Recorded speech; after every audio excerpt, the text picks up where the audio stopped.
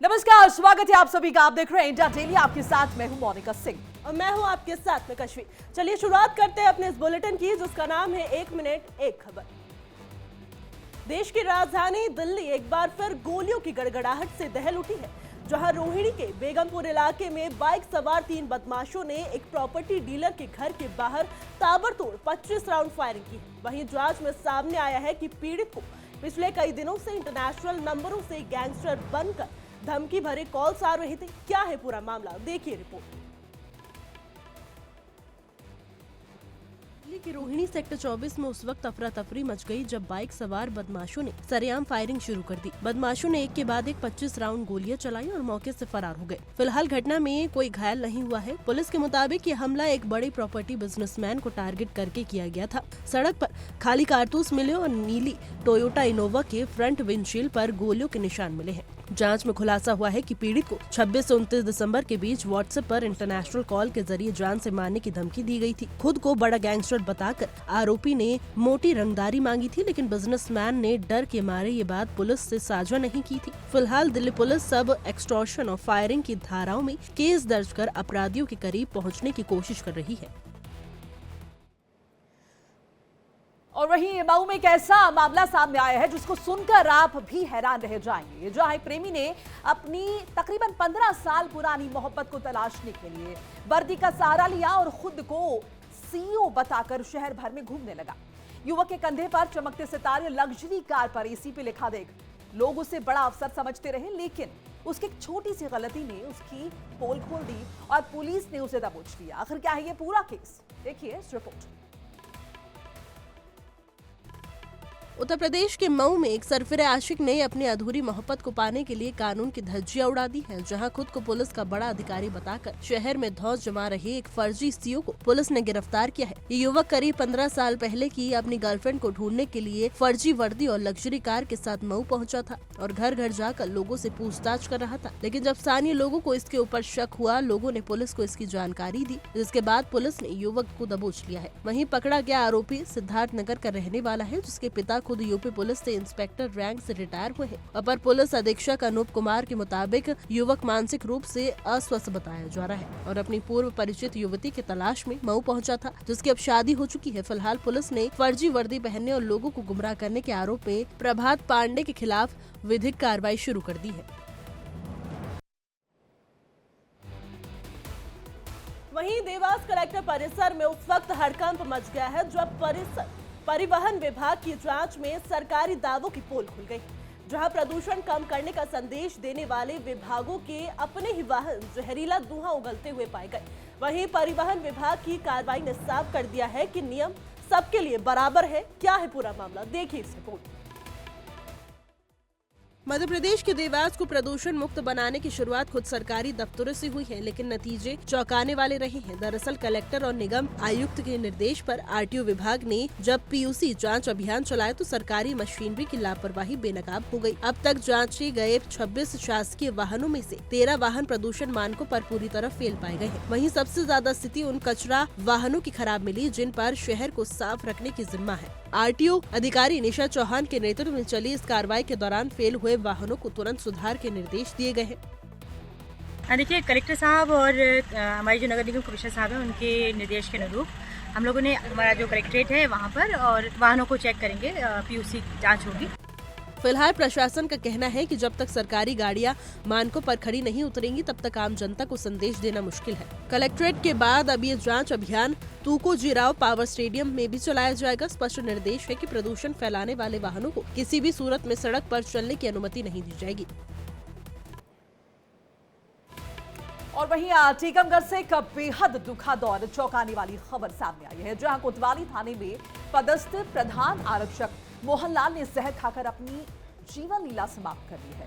गंभीर हालत में उन्हें झांसी मेडिकल कॉलेज रेफर किया गया था, लेकिन इलाज के दौरान उनकी मौत हो गई। आखिर पुलिसकर्मी ने ऐसा आत्मघाती कदम क्यों उठाया, आइए बताते हैं।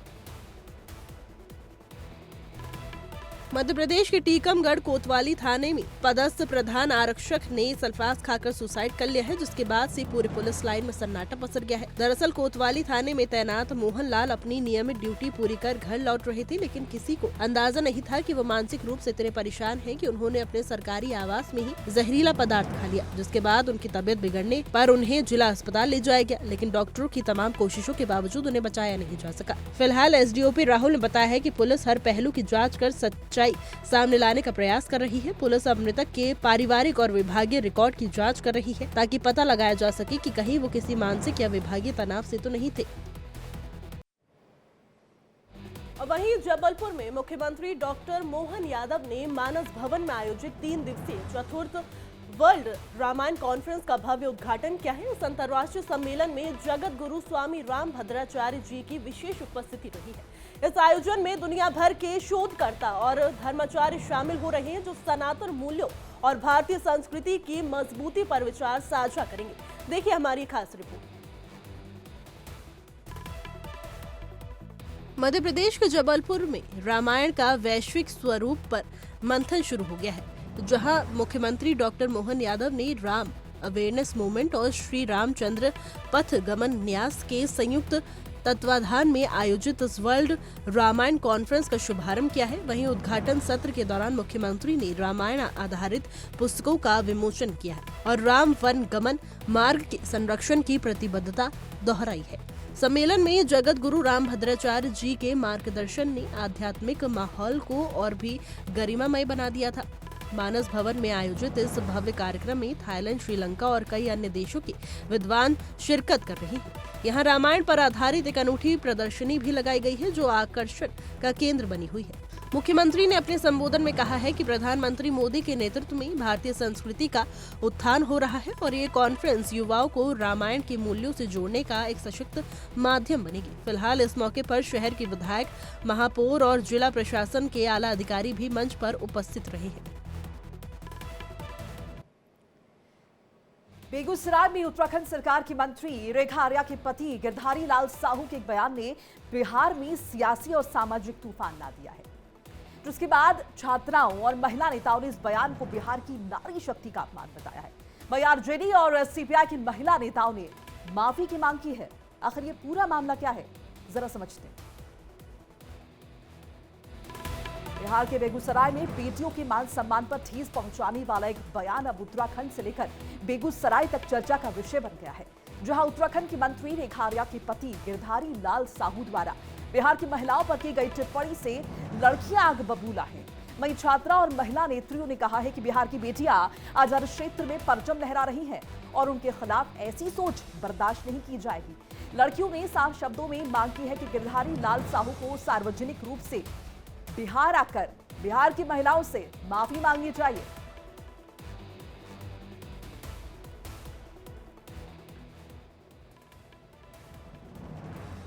वहीं बता दें कि इंदौर के भगीरथपुरा में दूषित पानी पीने से मचे हाहाकार में अब एक बड़ा और चौंकाने वाला खुलासा हुआ है। स्थानीय पार्षद कमल वाघेला ने दावा किया है कि पानी की टंकी में क्लोरीन की मात्रा अधिक होने की वजह से लोग बीमार हुए और मौत का आंकड़ा 4 नहीं बल्कि 15 तक पहुंच गया है। वहीं इलाके में जनता का गुस्सा 7वें आसमान पर है और लोग जनप्रतिनिधियों को कोस रहे हैं। क्या है पूरी खबर, देखिए इस रिपोर्ट में। मध्य प्रदेश इंदौर में मंत्री कैलाश विजयवर्गीय की विधानसभा में शामिल भगीरथपुरा इस वक्त एक बड़ी त्रासदी झेल रहा है, जहां घर घर में लोग उल्टी, दस्त और बुखार से तड़प रही हैं। दरअसल मामले में पार्षद कमल वाघेला का आरोप है कि निगम कर्मियों की लापरवाही से पानी की टंकी में क्लोरीन की मात्रा अधिक होने की वजह से लोग बीमार हुए हैं, जहाँ सरकारी रिकॉर्ड में मौतों की संख्या कम बताई जा रही है। वहीं पार्षद ने 15 लोगों की मौत का दावा कर हड़कंप मचा दिया है। वहीं इस त्रासदी के बीच सबसे डराने वाली बात यह है कि आम मासूम बच्चे भी इस बीमारी की चपेट में आ रहे हैं, जिससे स्थानीय निवासियों में भारी आक्रोश है। यहाँ पर शासकीय डिस्पेंसरी है, 24 आवर से चल रही है। यहाँ पे 16 डॉक्टर बैठे हुए हैं और तहसीलदार को बिठाया यहाँ पे। 5 तहसीलदार को रोटेशन में ड्यूटी लगाई है इनकी। यहाँ जो भी पेशेंट आता है उनके वहाँ इलाज करते हैं और जिनका इलाज यहाँ संभव नहीं है तो उनको रेफर किया जाता है। लोगों का कहना है कि वो पिछले 2 महीनों से गंदे पानी की शिकायत कर रहे थे, लेकिन किसी ने नहीं सुना। वहीं लोगों में गुस्सा इतना है कि रहवासियों ने पार्षद को जूते मारने तक की चेतावनी दी है। फिलहाल हजारों बीमारों का इलाज जारी है, लेकिन सिस्टम की लापरवाही ने कई घरों के चिराग बुझा दिए हैं। पश्चिम बंगाल के आसनसोल में एक दर्दनाक सड़क हादसे के बाद भारी बवाल हुआ है, जहां एक बेकाबू डंपर ने एक साइकिल सवार मजदूर को कुचल दिया, जिससे उसकी मौके पर ही मौत हो गई है।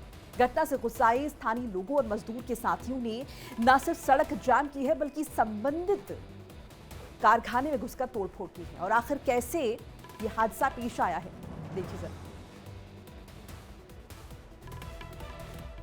पश्चिम बंगाल के आसनसोल में उस वक्त स्थिति तनावपूर्ण हो गई जब एक सुपर स्प्लेंसर कारखाने में काम करने वाले एक मजदूर पार्थ चटर्जी की सड़क हादसे में जान चली गई। दरअसल सुपर स्प्लेंसर कारखाने के मजदूर पार्थ चटर्जी को टेक आईटीसी कारखाने से निकलते वक्त डंपर ने कुचल दिया है, जिसके बाद हादसे में पार्थ की मौके पर ही दर्दनाक मौत हो गई। वहीं मौत की खबर फैलते ही गुस्साए ग्रामीणों और सहकर्मियों ने अपना आपा खो दिया और पहले सड़क जाम की गई और फिर भीड़ ने सीधे कारखाने पर धावा बोल दिया। लोगों ने दफ्तर में तोड़फोड़ की और मुआवजे के लिए नारेबाजी भी की। वहीं लोगों का आरोप है कि तेज रफ्तार डंपर इस इलाके में यमराज बन चुके हैं, जिसकी वजह से कोई न कोई हादसा होता रहता है। फिलहाल घटनास्थल पर पुलिस बल की मौजूदगी के बीच लोगों को समझाने का प्रयास किया गया। वहीं हादसे के बाद कुछ समय के लिए इलाके में तनाव का माहौल बना हुआ है।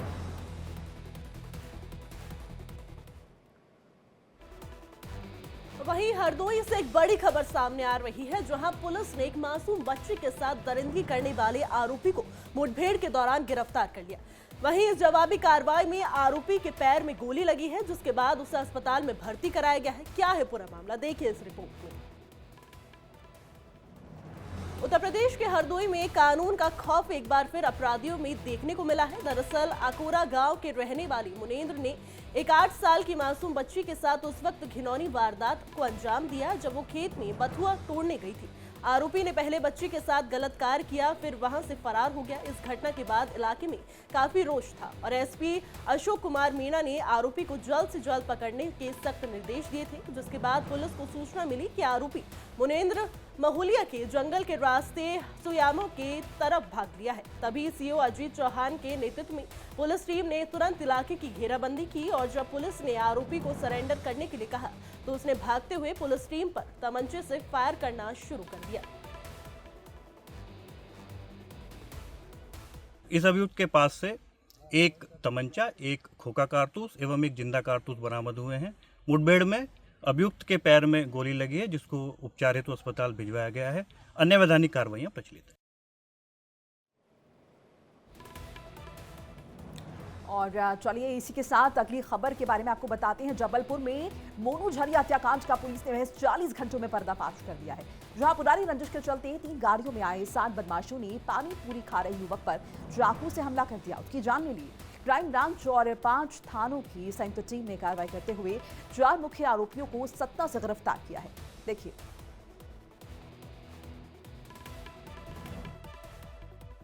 मध्य प्रदेश के जबलपुर की सड़कों पर आज कानून का खौफ साफ नजर आ रहा है, जहां पुलिस ने मोनू झरिया हत्याकांड के 4 आरोपी तुषार, आर्यन, नवीन और साहिल को गिरफ्तार कर उनका सार्वजनिक जुलूस निकाला है। दरअसल 29 तारीख को सिविल लाइंस के पास घात लगाकर बैठे हमलावरों ने मोनू पर ताबड़तोड़ हमला किया था, जिससे उसकी मौत हो गई थी। पुलिस जाँच में खुलासा हुआ कि ये पूरी वारदात दशहरे के दौरान हुई एक पुरानी रंजिश का बदला थी। आरोपी आर्यन पर हुई पुरानी चाकूबाजी का हिसाब चुकता करने के लिए इन 7 दोस्तों ने हत्या की साजिश रची थी, फिर हत्या की घटना को अंजाम दिया था। इसमें गोरखपुर थाना द्वारा इसमें एनएसए की कार्रवाई की गई है और संबंधित आरोपी को निरुद्ध किया गया है एनएसए के तहत। पुलिस के मुताबिक वारदात में इस्तेमाल की गई 3 गाड़ियों और अन्य हथियारों की बरामदी की जा चुकी है। मामले में नामजद 3 अन्य आरोपी वरुण, शुभम और गौरव अभी भी पुलिस की गिरफ्त से बाहर है, जिन्हें जल्द पकड़ने का दावा किया जा रहा है। फिलहाल सीएसपी सोनू कुर्मी ने साफ किया है कि शहर की शांति भंग करने वाले गुंडों के खिलाफ ऐसी ही सख्त कार्रवाई जारी रहेगी। वहीं प्रतापगढ़ में रिश्तों के कत्ल की एक ऐसी वारदात सामने आई है जिसने सबको झकझोर कर रख दिया है। जहां बीते दिनों हुए राम लखन यादव की हत्या की गुत्थी पुलिस ने सुलझाते हुए हत्या करने वाले आरोपी बेटे को गिरफ्तार किया है। पुलिस ने बताया कि हत्या का मास्टरमाइंड कोई और नहीं बल्कि मृतक का अपना सगा बेटा है। आखिर क्यों एक बेटे ने ही अपने पिता की हत्या कर दी, देखिए इस रिपोर्ट।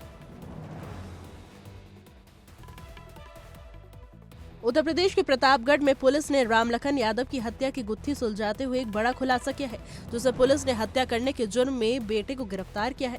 दरअसल नरी गांव में रामलखन यादव का शव सरसों के खेत में लहूलुहान हालत में मिला था।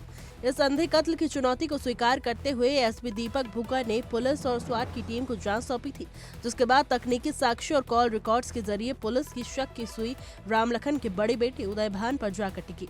जब पुलिस ने सख्ती से आरोपी बेटे से पूछताछ की तो उसने अपना जुर्म कबूल कर लिया। उदय भान का कहना था कि सौतेली मां के आने के बाद उसके पिता उसे और उसके बच्चों को नजरअंदाज करने लगे थे, जिससे वो मानसिक रूप से परेशान था। इसी आक्रोश में उसने लकड़ी के एक ठोस टुकड़े से पिता के सिर पर वार कर उन्हें मौत की नींद सुला दिया था। पुलिस ने तहकीकात करी तो इसमें फुटेजेस मिले सीसीटीवी के, उसमें बेटे का मूवमेंट जो था वो संदिग्ध प्रतीत हुआ। उससे गहन पूछताछ करी गई तो इसमें ये पता लगा कि उसका बेटा जो उदय भान था, जिसकी उम्र लगभग 35 साल है, उसने ही अपने पिता की हत्या हार्ड एंड ब्लंट ऑब्जेक्ट जो चारपाई का पाया था उसको यूज करके करी थी। फिलहाल पुलिस ने हत्या में इस्तेमाल हथियार बरामद कर लिया है और आरोपी अब जेल के सलाखों के पीछे है। एसपी शैलेंद्र लाल ने बताया कि टीम की तत्परता से महज कुछ ही दिनों में इस जघन्य अपराध का सफल खुलासा किया गया है। वहीं धौलपुर में एक घटना ने हंसते खेलते परिवार को उजाड़ दिया है, जहां एक किसान ने पेड़ से लटक कर अपनी जीवन लीला समाप्त कर ली है। इस आत्महत्या की खबर ने पूरे इलाके में सनसनी फैला दी है। आखिर क्या है मामला, देखिए इस रिपोर्ट में।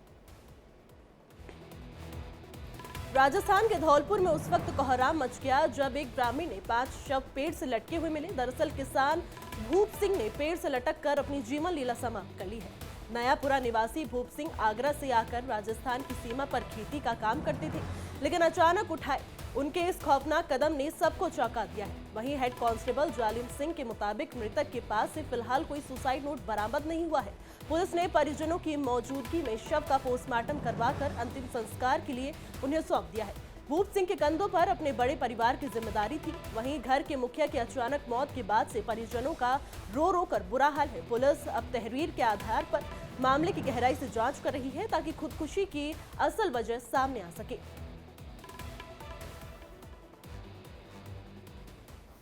वहीं मैक्सिको में सुबह सुबह एक शक्तिशाली भूकंप के झटकों से दहल उठा, जहां रिक्टर स्केल पर 6.5 की तीव्रता वाले इस भूकंप ने दक्षिणी और मध्य मैक्सिको के बड़े हिस्से को हिलाकर रख दिया है। भूकंप का केंद्र गुएरेरो राज्य में था, जिसके झटके राजधानी मैक्सिको सिटी तक महसूस किए गए हैं, जिसके बाद दहशत में लोग अपनी जान बचाने के लिए ऊंची इमारतों और घरों से बाहर निकलते हुए नजर आए। देखिए इस रिपोर्ट में। मैक्सिको में सुबह सुबह भूकंप के दक्षिणी और मध्य मैक्सिको के एक बड़े हिस्से को हिलाकर रख दिया। राष्ट्रीय भूकंप विज्ञान एजेंसी के मुताबिक 6.5 तीव्रता के इस भूकंप का केंद्र सैन मार्कोस शहर के पास जमीन के अंदर रहा, 35 किलोमीटर की गहराई में था। वहां तेज झटकों के कारण अकापुल्को के पहाड़ी रास्तों और प्रमुख राजमार्गों पर भूस्खलन की खबरें मिली है, जिससे यातायात बाधित हुआ है। वहीं भूकंप का असर मैक्सिको की सत्ता के केंद्र में भी दिखा है, जहां राष्ट्रपति क्लाउडिया शिनबाम अपनी पहली कॉन्फ्रेंस को संबोधित कर रही थी। तभी अचानक अलार्म बजने लगा और प्रोटोकॉल के तहत उन्हें फौरन वहां से सुरक्षित निकालना पड़ा। मैक्सिको सिटी में भूकंप की पूर्व चेतावनी प्रणाली ने लोगों को सतर्क कर दिया था, जिससे अफरा तफरी के बावजूद बड़ी दुर्घटना टल गई। फिलहाल नागरिक सुरक्षा टीमें प्रभावित क्षेत्रों में नुकसान का जायजा ले रही है और लोगों को आफ्टर शॉक की चेतावनी के प्रति सतर्क रहने की सलाह दी है।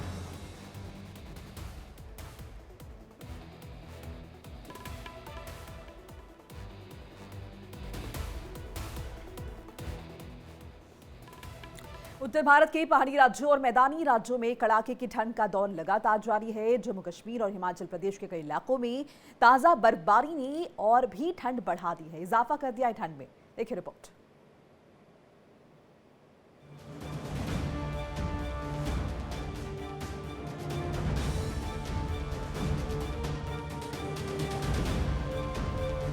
पश्चिमी विक्षोभ के असर से उत्तर भारत की पहाड़ी राज्यों और मैदानी राज्यों में कड़ाके की ठंड का दौर लगातार जारी है। इसके साथ ही शीतलहर और ठिठुरन लगातार बढ़ती जा रही है। जम्मू कश्मीर और आसपास के पर्वतीय इलाकों में भारी बारिश और जमकर बर्फबारी से ठंड का प्रकोप और तेज हो गया है। पहाड़ी राज्यों में बर्फबारी जारी है। बर्फबारी के कारण मैदानी इलाकों में कड़ाके की ठंड का प्रकोप जारी है, तो वहीं बर्फबारी के कारण पहाड़ी इलाकों में सैलानी पहुंच रहे हैं। शुक्रवार की सुबह जम्मू कश्मीर के सोनमर्ग के गांदरबल इलाके में तापमान गिरने से ताजा बर्फबारी हुई। जम्मू और कश्मीर के भद्रवाह इलाके में भी पहाड़ों पर बर्फबारी हुई है। बर्फबारी से पुंछ के पीर पंजाल का रेंज और भलेसा के ऊपरी इलाकों के पहाड़ भी बर्फ से ढके हुए हैं। इसके अलावा हिमाचल प्रदेश के धर्मशाला के आसपास धौलाधार पहाड़ों पर भी ताजा बर्फबारी हुई है।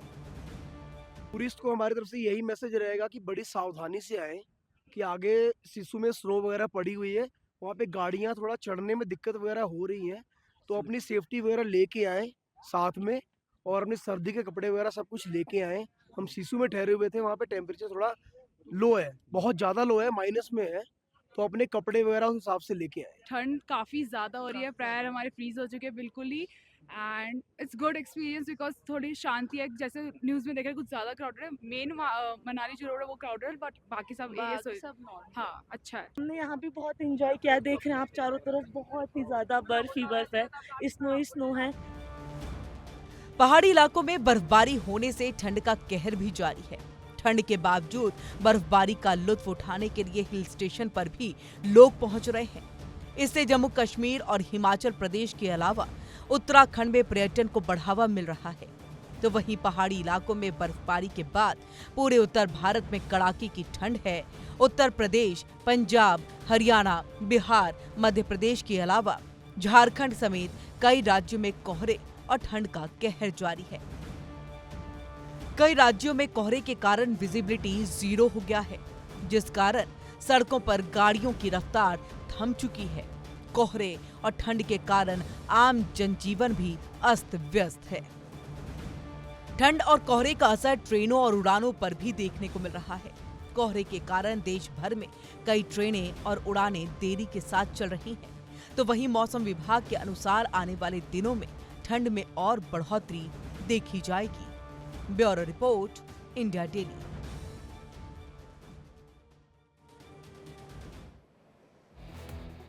फिलहाल के लिए बुलेटिन में बस इतना ही। वक्त हो चला एक छोटे से ब्रेक का। ब्रेक के बाद खबरों का सिलसिला लगातार जारी रहेगा। इंडिया डेली अब आपके स्मार्ट टीवी पर भी मौजूद है। देखिए इंडिया डेली 24/7 अब इन सभी प्लेटफॉर्म्स पर लाइव।